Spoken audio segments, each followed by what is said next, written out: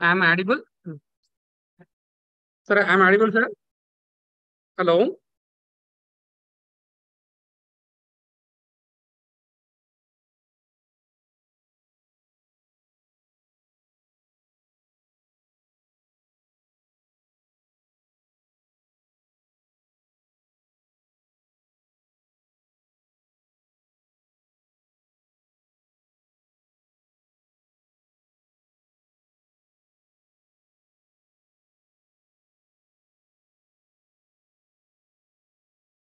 So last class we discussed about this capital structure theories, and today we discuss the optimum capital structure. So optimum structure where it is called as a maximize the worth or value of the firm at the same time minimizing the cost of capital of a firm. Maximize the benefits to the shareholders. So they are the real owner of the firm, and nothing what is called as the common stockholders. The firm has to maximize their wealth and minimize the cost of capital. So this is called optimal capital structure. So it is a fate to employees, it is a employees, creditors, other stakeholders also, right? So what are these futures of optimum capital structure theories? The futures are very simplicity is required, and the firm more profitability, solvency nothing but the paying capacity of the firm. If it is a growth firm, the firm is able to pay this interest as well as interest on debts as well as principal amount after a specified period. The flexibility, the company is able to adjust their capital or capital structure, adjusting the debt and equity proportionate. And the conservatism is also required as per the market need, as per this risk insolvency. The firm no need to go that level, so better to control as early as risk is minimized. Control, right? So in optimum debt equity mix is required. So how to know that what is an exact optimum debt equity mix? It is differ for firm to firm. It is differ for industry to industry. It is differ for size of the organizations. It's a small scale, large scale, and see that the scale of the operations also playing a very important role, and debt equity mix. Maximization of the value of the firm is also one more objective of optimum capital structure. Now we move to theories of capital structure theories. So yesterday also we discussed in theoretical part, there are four theories are there in capital structure theories.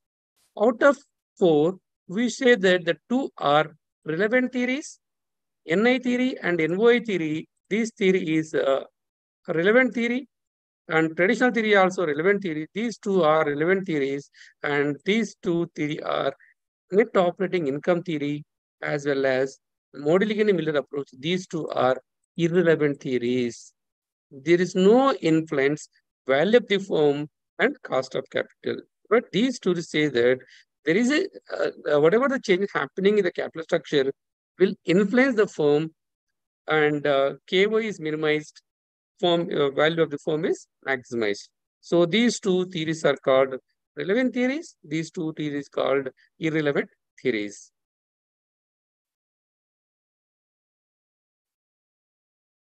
Okay. So there are some assumption of NI theory, net operating income, net income theory. Say that there is only two kinds of sources of funds, such as equity and debts.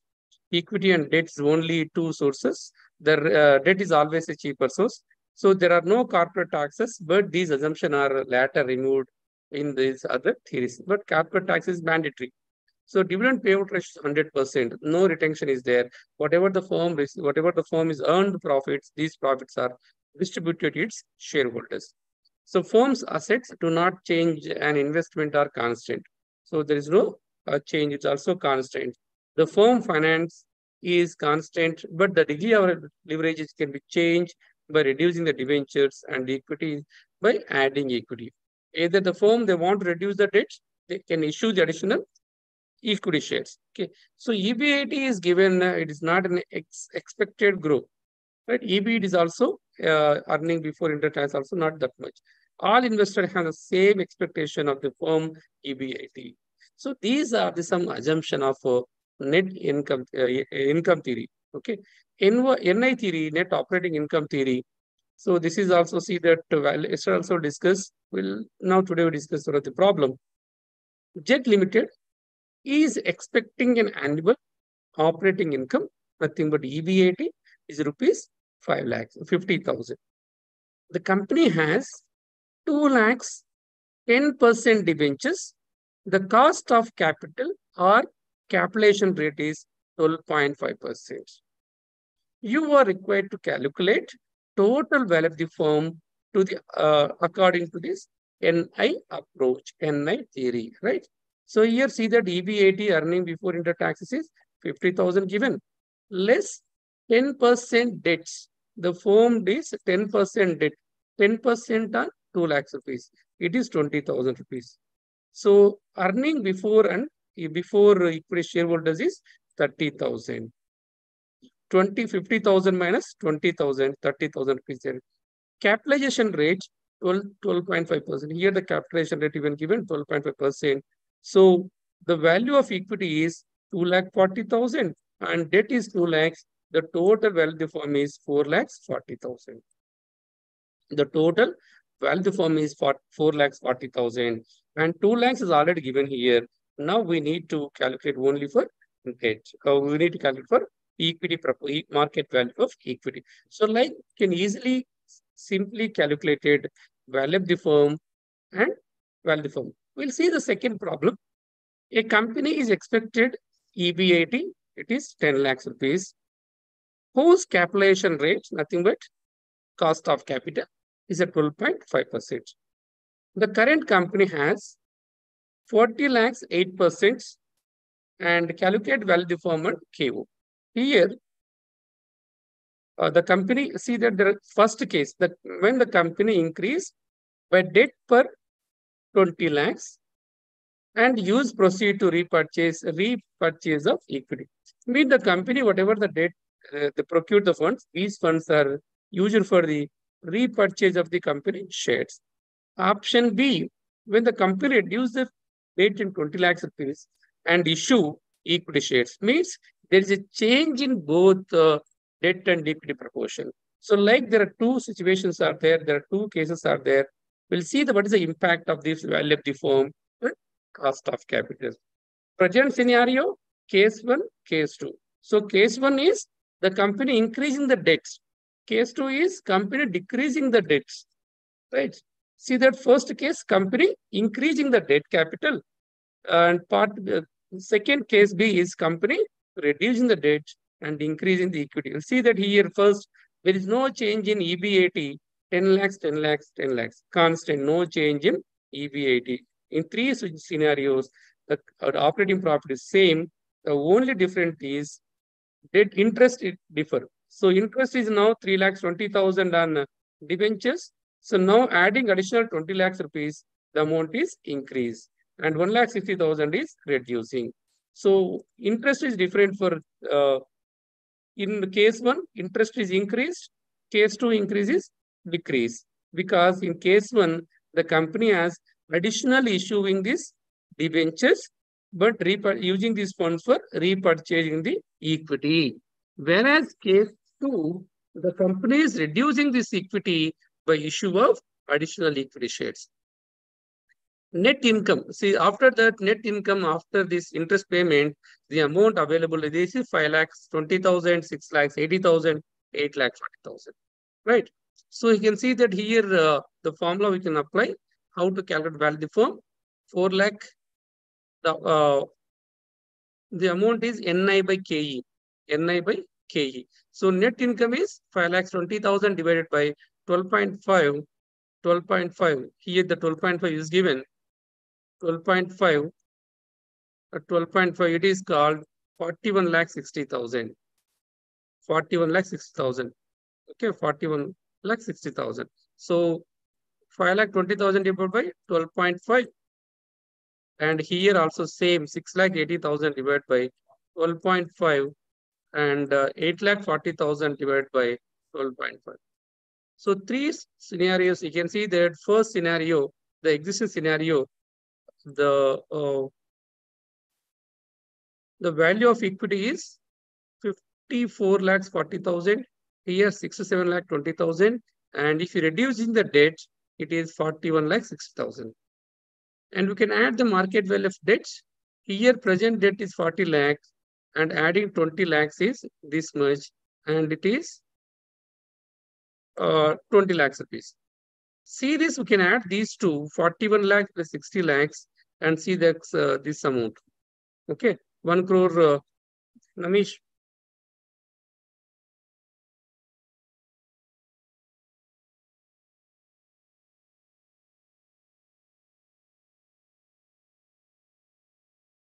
Right?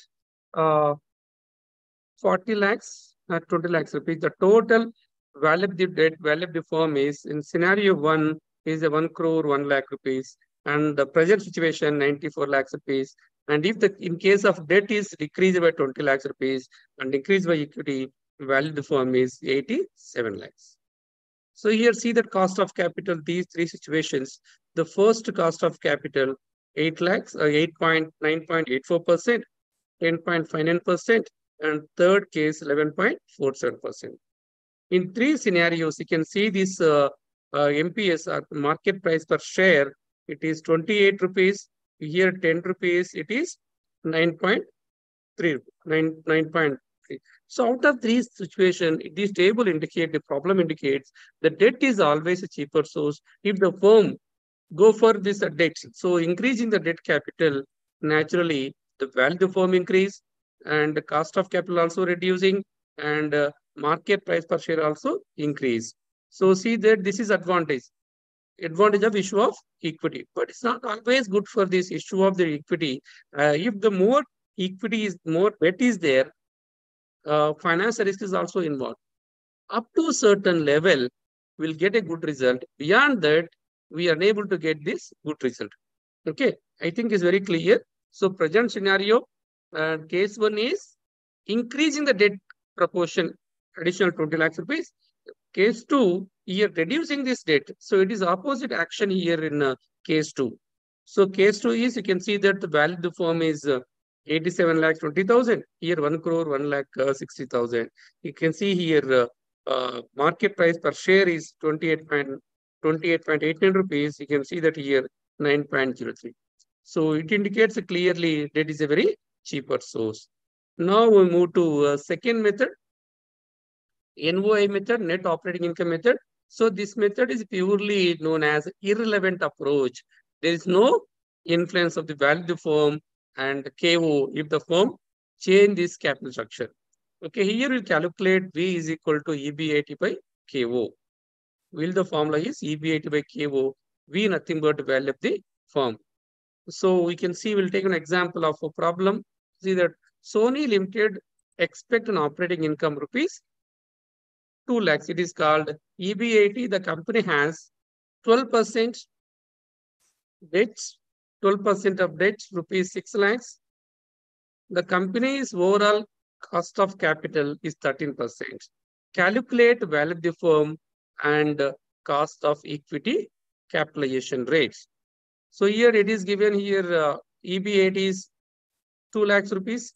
EB80 by KO, it's a 13%. KO is 13%. We'll get this total value of the firm 15 lakhs 38,462 minus debt capital 6 lakhs rupees, 9 lakhs 38,462. So like we'll get value of the firm and minus equity, minus the debt, we'll get the equity value. Okay. So here is EB80 minus interest. So here 13.64 cost of equity, 38.4 cost of equity is there. Okay. Now we'll move to one more problem. A company expected annual net operating income is 1 lakh. The company has 5 lakhs 10% debentures. The overall KO is a 12.5%. Calculate value of the firm and cost of equity according to NOI approach. So we need to calculate value of the firm and cost of equity also. So net operating income is 1 lakh. The overall cost of capital is given the problem, it is 12.5%. See that EB80 by KO will get this value of the firm is 8 lakhs rupees. Out of debt is 5 lakhs rupees, remaining amount is called market value of equity 3 lakhs rupees. Right? Market value is 3 lakhs rupees. So here the cost of equity NI by S. Okay. So here you can see that the 20%. Right. Now we covered first two methods, NI method, NY method. Now we move to traditional method. So this traditional method is also known as, this method is also known as the relevant theory. Up to certain level, there is influence of the both debt and equity, whatever the changes happening in the capital structure, up to certain level. Right. Here you can see that we'll take a problem in traditional theory also. Compute market value firm, value of shares, and average cost of capital from the following information. Net operating income rupees 4 lakhs. The total investment is 20 lakhs. Equity capitalization rates. The three situations are given here. The first one is if the firm use non-debt 10%. If the firm use 4 lakhs debts at 11%. If the firm use equity at 13%. Okay. So equity capitalizations are different. First one is 10%, second one is 11%, third one is 13%. Okay. First one is no debt. Second one is 4 lakhs debt with 11% interest. Third case, 6 lakhs rupees debts and 13% rate of interest. We'll see this value of the firm, market value of the firm, shares and average cost of capital. Assume that 8 lakh rupees debentures can be raised at 5% rate of interest, where rupees 12 lakh debentures can be raised at 6 lakh rupees, 6% rate of interest. So like there are three scenarios are there, three different cases are there. First case, there is no debts, as here given it is no debt. Right? Scenario is one, no debts, means no interest on debentures.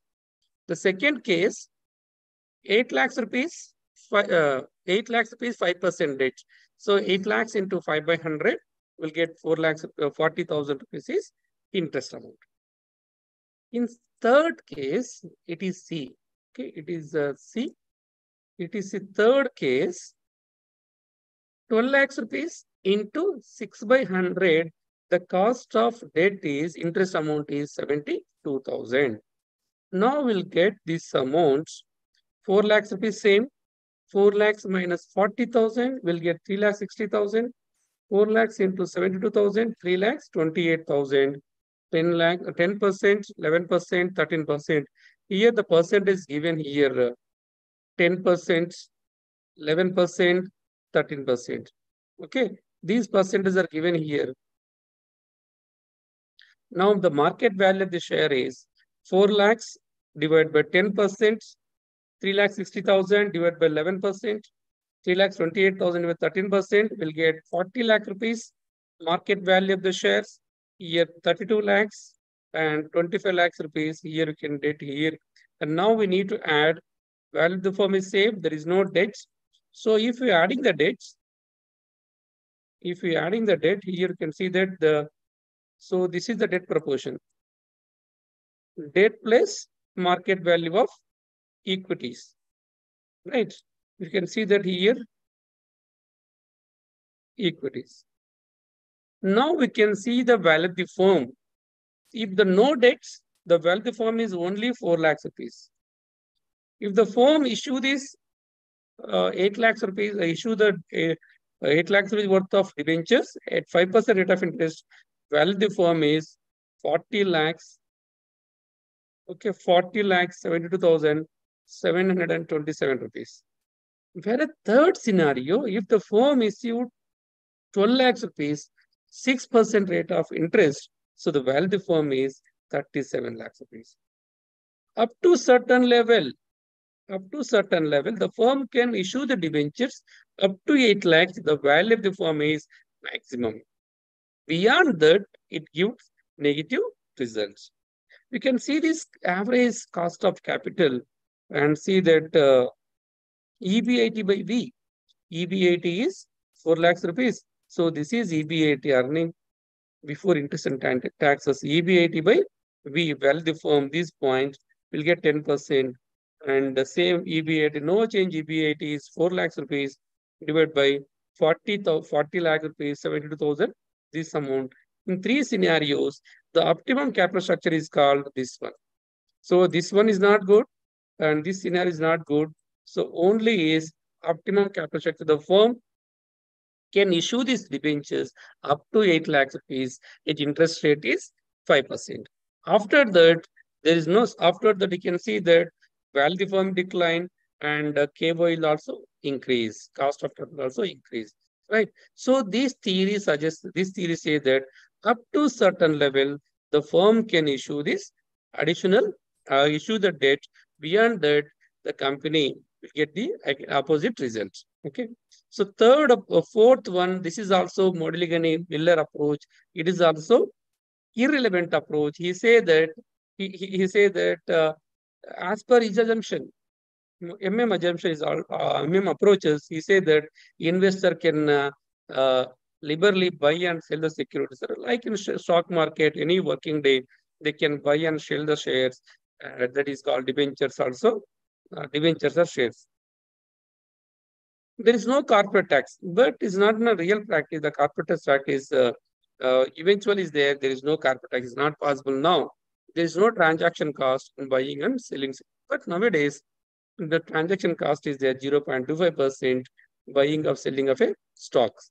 So investors behave rationally. Definitely, they behave rationally. Sometimes, due to the various reasons, due to the approach, due to the information available, may not be act as rational.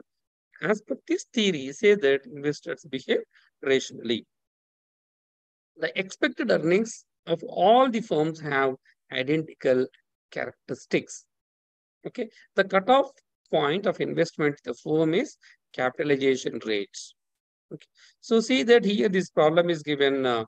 So this theory says that the whatever this, if the firm is only debt, the investor can also move to levered firm to unlevered firm, unlevered firm to levered firm. They can choose levered to unlevered, unlevered to. This is called arbitrage process. Arbitrage process means the investor can move one firm to another firm. Sometimes they can say that if the firm they don't have a debt, the investors has a taking a debt and investing in stock market, taking the advantage of debt is a cheaper source. So like we have 4 different theories in capital budgeting, like income theory, net operating income theory, traditional theory, and MM theories. Like there are 4 theories in capital structure theories. Now we move to one more topic in our syllabus that is called cost of capital. So this is a very, very, very important topic in financial management, right? We'll take any kind of decision, either financial decision, dividend decision, financial decision, dividend decision, any decision. Very most important point is cost of capital. Based on the cost of capital, the firm will take the various decisions. The total cost can be, we assume that in a firm there are 4 sources of funds. They are equity shares, preference shares, debentures or bonds, or the firm is internal sources are called retained earnings. Every firm, so majority of the firm have these kind of sources of funds in their balance sheets. Now we'll discuss the topic of capital budgeting. So cost of capital. So cost of capital is also known as cutoff rates, target rates, hurdle rates, and required rate of return of equity, required rate of return of the firm. Right. So there are various authors, they are given definition of cost of capital. So see that we'll take one example of Solomon Isra.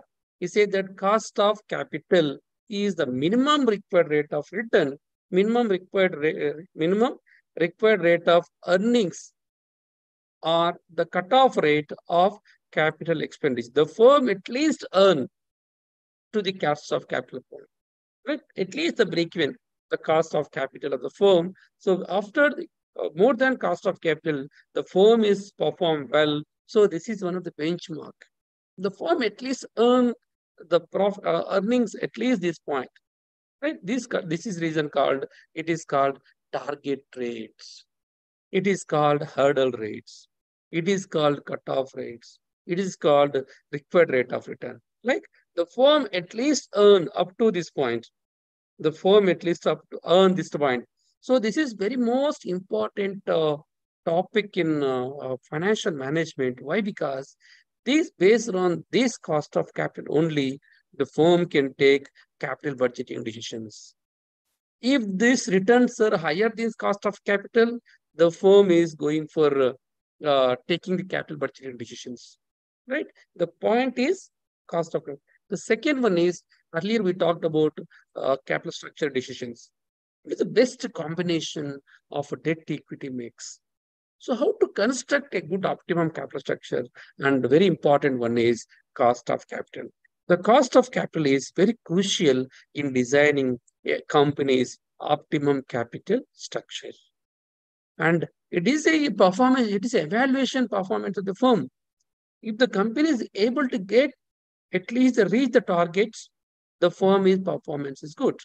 If the firm is unable to get this cost of capital, so say that the company's financial performance is not good, company has to revise this process, revise the capital structure, financial structure of the firm, or capital of the firm. They need to increase the company revenues and focusing on this expenditure side also. So this is also very most important for other financial decisions such as dividend policy, capitalization of profits, and making right issues. If the company want to issue these bonus shares or right shares, any shares, to take any kind of decision financial management, the very important point is cost of capital. So it is very most important. That priority is given the cost of capital. So how to determine this cost of capital? How to calculate the cost of capital, right? The cost of capital depends on capital structure policies, right? How they construct a good optimal capital structure. What's the best combination of both debt and equity, right? It is differ for firm to firm. If it is a larger firm, the scale is very high. And if they have a growing firm, if the debt is more, they can get advantage, right? The second one is dividend policy. If the firm has the total amount is dividend payout or 50% paid or 20% paid, whatever the amount retained, where they investing, it's also important for cost of capital. The firm investment policy, the firm where to invest, investment at least they earn the cost of capital to firm. If a company charge its investment policy relation to its risk, both cost of debt and cost of equity changes. Low level of interest, debt is always, as we told you, as I told you earlier, debt is always cheaper source. Take the advantage of that. Instead of issuing the debt equity, if the firm issue this debt, which is a growth firm, take advantage of debt. The tax rate, so whatever the tax amount paid, it's totally tax exemption to the firm, right? Because of the debt is a cheaper source, the tax exemption is there, right? Now we move to calculate one by one each source of capital. Classification of cost of capital, explicit cost of capital, implicit cost of capital, average or marginal cost of capital, historical or future cost of capital, specific or combined cost of capital. So explicit cost of capital. So these are the classification as per this nature, activity will divide it. Next one is how to calculate cost of capital based on this each source. Each source nothing but cost of debt, cost of equity, cost of preference rates, cost of retained earnings, right? So we'll calculate each source. First, we calculate long-term debt, preference rates, equity, and retained earnings. First, we'll calculate cost of debts. So debts, cost of debt includes raising the funds through debentures from loan from financial institution. The debt can be either what we call perpetual or irredeemable. Means a permanent debt, or it is called redeemable debentures or irredeemable debenture. Debentures are classified but two, redeemable or irredeemable. Right? This cost is called, first is we'll take an example of cost of perpetual irredeemable debentures. Means a permanent debentures. So how to calculate the irredeemable cost of capital, cost of debt? Use this formula. KD is equal to 1 minus T by R. Okay. T means tax rates, or means or nothing but what we call net proceed value. We'll take an example here. A company issues 1,000 15% debentures. The face value of rupees 100. These debentures are issued at a discount of rupees 5. Right? Mean the issue price is 95. So 100 rupees debenture, they are issuing 95 rupees. It is a burden to the firm, right? The underwriting and other costs, 50,000 of total cost. So underwriter commission the firm has to pay, it is 50,000 rupees. The interest per annum is 15,000 rupees. The income tax is 40%. Calculate cost of debt. Right. So this is the percentage cost of debt, 1,500 rupees into 15 by 100. The first one is 15 rupees. Here you can see the formula of 15 rupees into 1 minus 0.4. 0.4 nothing but the tax rates, and whatever this divided by 90. Why it is 90 nothing but we'll add both discount amount plus flotation cost, what we call flotation cost. Both it's 100 minus 10, 90 rupees, and we can calculate it is 10% cost of it. And we have it out, right? It's 15% is there. Now it is cost of debt is 10%. Cost of debt is 10%, right? So like if the same share can be issued at premium also at certain time. We can see one more problem. ABC Limited issued 2 lakhs, 2 lakhs, 9%, 9% debentures at a premium of 10%. Means the firm is issuing the debentures at a premium, means higher cost. The flotation cost 2%, the tax rate is 50%. Compute after tax cost of debts. Using the same formula, above formula, we can calculate the cost of debts. Cost of debt, it is 4.17%. 4.17%, but it is debt is 9%, 9%, but we calculated 14.17%. Why it is half of this 9%?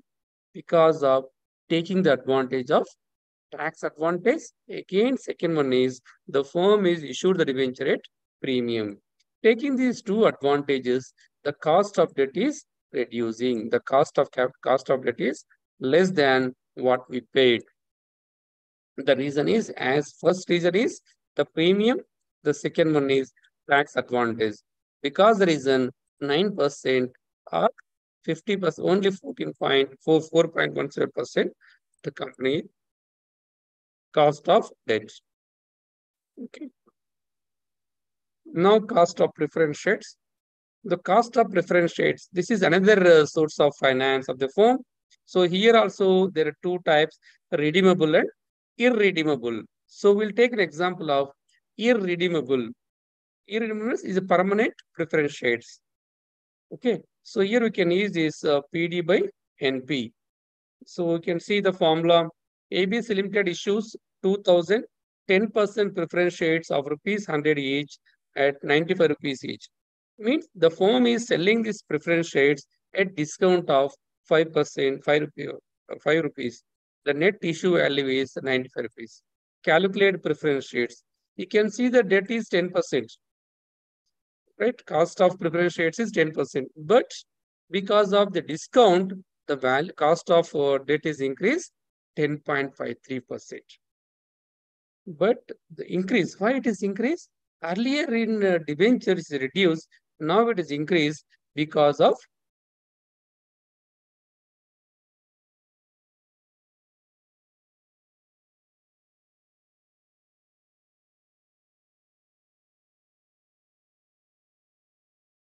because of the issue price. Okay. Now we move to, we'll take one more problem. For example purpose, you can see that ABC Limited issues 2000 10% preference shares, same discount. These debentures are redeemable debentures. How do you know that the redemption period is given is at 10 years? After 10 years, these preference shares are redeemed, right? But redemption is also, every company has a three option. They can issue of preference shares or debentures or equity. Issue either the firm can issue these debentures or what we call debentures, preference shares or equity, either par value, either premium or discounts, right? At the same time, redemption also, there is no redemption equity shares. Once when the firm is going for insolvent, amount is repaid. So redemption also, same redemption for only debentures and preference shares, same either par value, premium value, at discount value, right? The firm can issue this premium, par value nothing but 100 rupees of each preference shares, and premium 10% nothing but the selling price of issue price is 110 rupees.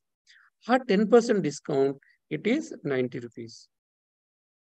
The same case redemption also, the firm can redeem these debenture and preference shares, either premium 10%, nothing but 110 rupees, or 100 rupees, or the firm can issue the redemption at 90 rupees. A firm is a firm can do this. A good firm, they can issue these debentures, preference shares at premium, right? Issue time, it's a premium. Redemption time, it can be discounted. The firm will get lot of advantage. Issuing a premium, but redemption at discount, the firm get advantage, right? So here in this problem, the redemption is given 10 years. After 10 years, the firm is going to redeem these preference shares, right? If the data is not given fully, we assume that whatever this the redemption value is along with nothing but is a par value. Okay, so how we know that these preference shares debenture are redeemable or irredeemable? If a redemption value is given, redemption rate is given, or period is given, we calculate. We treat it as it is a redeemable preference shares, redeemable debentures. See here, preference dividend plus RV minus SV. RV nothing but redemption value, nothing but NP nothing but is net proceed value of preference shares, 100 rupees. See that can formula apply here. 10 plus this one divided by n number of years. N nothing but number of years will get 10.27%. 10.27%. Here the 10% preference shares. Here the firm is paying 10%, but here the 10.7%. Why it is higher than? The reason is the firm is issuing the debentures at discount. Because the discount, the cost of debt, cost of preference shares are increased. Actual cost is only 10%, right? But here it is 10.7%. Why it is 0.7 is the extra the company cost of preference shares? The reason is that these preference shares are issued at what we call discounted. If it is can be 105, these same preference share can then sell the firm can premium, the cost can be lesser than the 10%. Lesser than the 10%. Okay. So like we can see that whatever this cost of debt, cost of preference shares, amount is promised 10% preference shares, 10% debenture. 10% is a cost, but we can't say the 10% cost. It may differ for situations. What is the procedure of the company issues? The company issues the debenture either par value, at premium value, or discount value. What is the tax? Tax also influencing in debentures, not in this preferential. We'll see that how it will be influencing this. Right. The third source of cost of capital, third source of finance is cost of equity. How we are going to calculate cost of equity? Right. You can see that debentures and preference rates, the percent is known that 10% preference rates, 12% preference rates, 14% equity, 14% of debentures, right, are there. But what about the equity? Then equity, there is no assured return. There is no permanent, we can't say that. It is differ. The highest, naturally, the equity shareholders are expecting higher return compared to debentures, compared to preference shares. They are risk takers, right? They are risk takers. They are expecting higher return compared to these two. So how to calculate the cost of equity? Using these methods, approaches, we calculate cost of equity capital, cost of equity. There are four methods are there for calculating cost of equity. One is dividend, or called as price approach. The second method, dividend plus growth method. Means there is a growth in dividends annually 5%, 10%, 12%, right? Sometimes it will be 20%. It depends of the company performance, company sales, right? Next, third method is earning price method. Fourth method, realized yield method. The dividend price method, the first method, dividend price method, first method, you can see that KE. So we'll say that how to combine it. So we use some symbols. KO is cost of capital, right? KO includes KD, cost of debentures, plus cost of preference shares, KP, plus KE, called as a cost of equity, plus KR, cost of retained earnings. Using all these, we calculated cost of capital. Sometimes we can say that it is weighted average cost of capital also. Okay, the weights are different. So we can take an example for knowing calculating this cost of equity. So here one problem is given. Company A issues 10,000 equity shares of ₹100 each.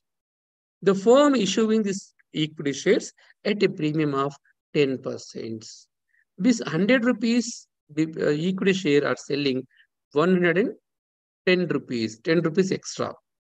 The company has been paying 25% on dividend to equity shareholders for the past 5 years, right? And expect to maintain the same in future also. So 25% dividend is paying. So dividends is always paid at face value of share, not this issue price. The face value is ₹100 into 25 by 100, 25 rupees the company paying this dividend. Based on that, the compute the cost of capital, cost of equity capital.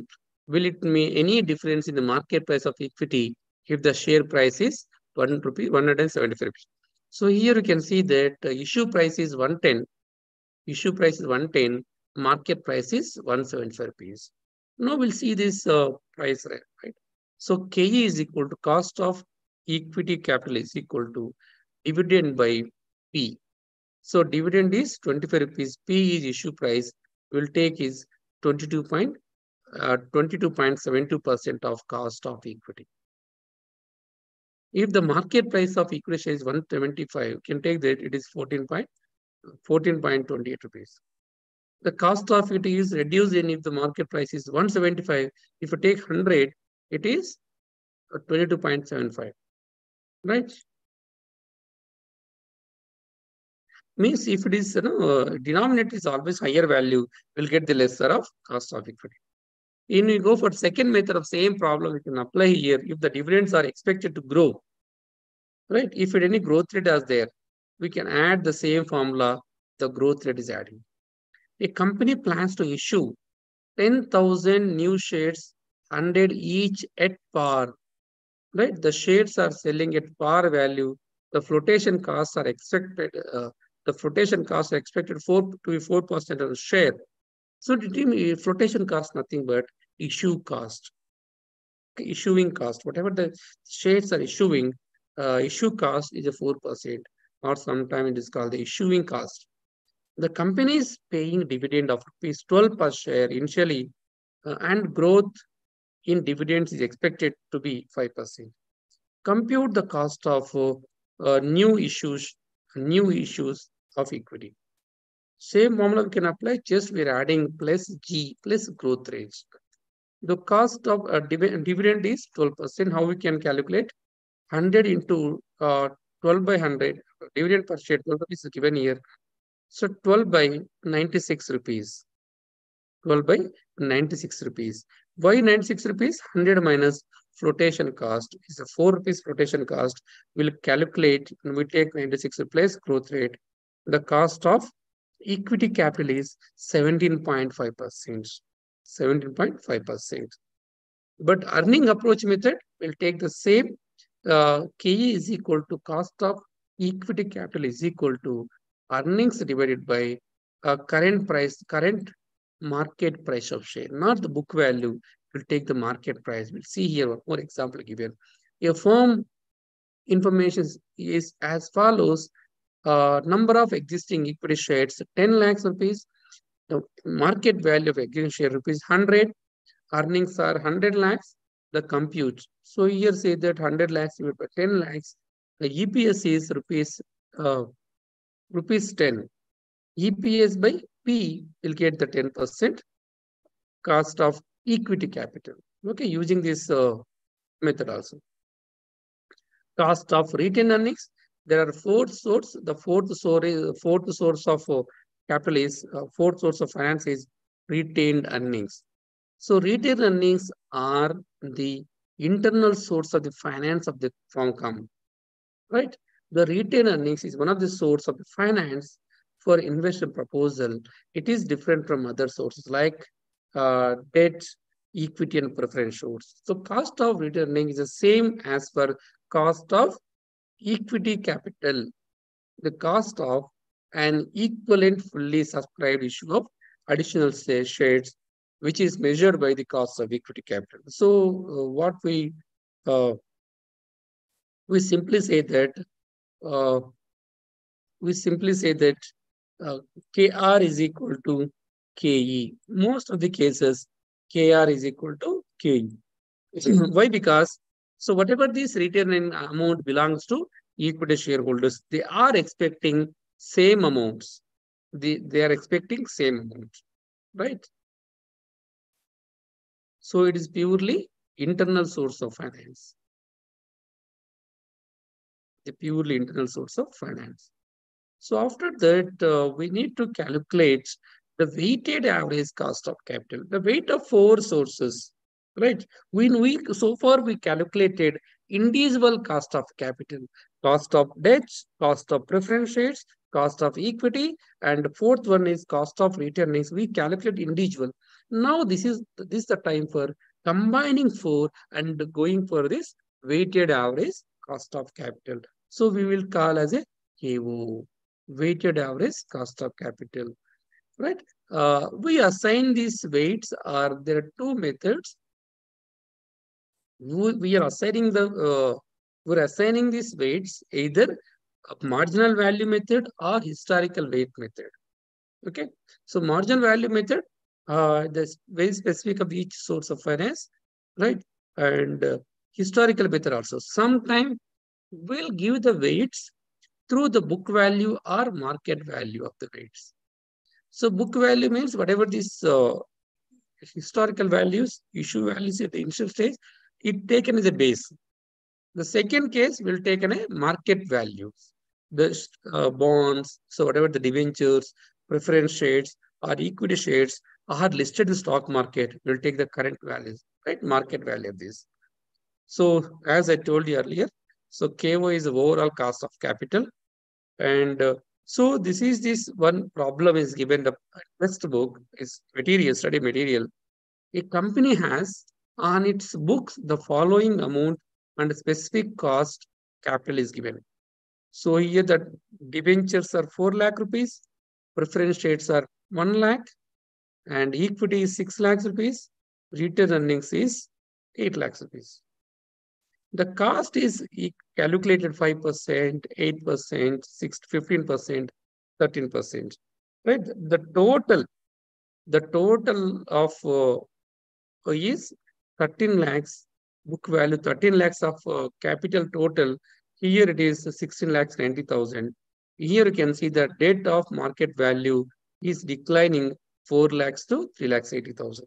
At the same time, preference shares are value is increased market value by 10,000, 1 lakh to 1 lakh 10,000. Whereas you can see this equity funds 8 lakhs rupees, here it goes to 12 lakhs rupees. Right? You determine the weighted average cost of capital using the both book value and market value, and how it differ. Do you think the situation where the weighted average cost of capital would be same for either two values? So you can see that first we'll go for calculating the weighted average capital, taking the book values and weighted average. So 4 lakhs rupees, the person is given 5%, 8%, 12%. So like 4 lakhs rupees into 5 by 100 is 20,000. 1 lakh into 8%, 8,000, 6 lakhs into like this is the total cost of 1,44,000 divided by total capital 1,44,000 divided by the total capital into 100. The cost overall the cost of capital is 11.1%. 11.1%. Overall, the firm at least earn 11.1% on its investments. If you take this market values, here you can see the 11.9%. 11.9%. Right? So the total market value of equity shares and retained earnings is apportionated 3/4 of 3/4 and 1/4 in respect of this book value, respect of the book value. See, the value is higher, 12 lakhs rupees. The total here you can see the 13 lakh rupees, right? So like I will end here. So far today we discussed, there are two major topics of financing decision. In the last class, today's class, we discussed cost of capital and capital structure theories. So yesterday also we discussed the theoretical part. Now we were discussed in these problems also. Okay. So next class we are going to discuss other financial sources of topic. Yesterday also we discussed a little bit on leverages. There are three kinds of leverages: operating leverage, financial leverage, combined leverage also. Okay. And one more topic in there in financial decision, it is EBIT and EPS analysis. Right. In the next class, next Saturday, we are going to discuss block 4 under, again, there are 3 units are there. One is managerial earnings and managerial earnings. Second one, 12th topic is 12th unit, dividend theories. And the 13th topic is dividend policies. So next Saturday and Sunday, we are going to discuss dividend decisions. Okay. Now I stop here.